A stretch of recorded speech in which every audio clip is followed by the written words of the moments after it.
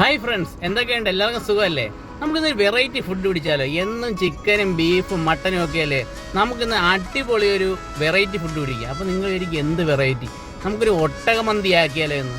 നമുക്ക് ദമാമിൽ അടിപൊളി ഒട്ടകമന്തി കിട്ടുന്ന ഒരു സ്പോട്ടുണ്ട്. എന്നാൽ പിന്നെ അങ്ങോട്ട് പോയാലോ?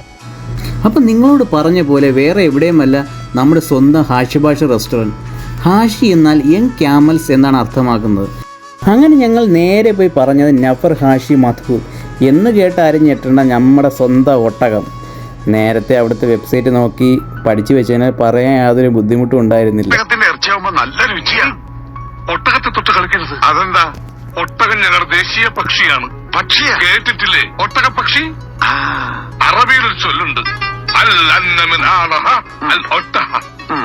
അതായത് ഒട്ടകത്തെ ഉപദ്രവിക്കരുത്. അഥവാ ആരോ ഒരുവൻ ഒട്ടകങ്ങളെ ഉപദ്രവിച്ചാൽ നിങ്ങളൊരു ഫുഡ് ലവറാണോ, അല്ലെങ്കിൽ പുതിയ ഫുഡുകൾ കഴിക്കാൻ ആഗ്രഹിക്കുന്ന ആളാണോ?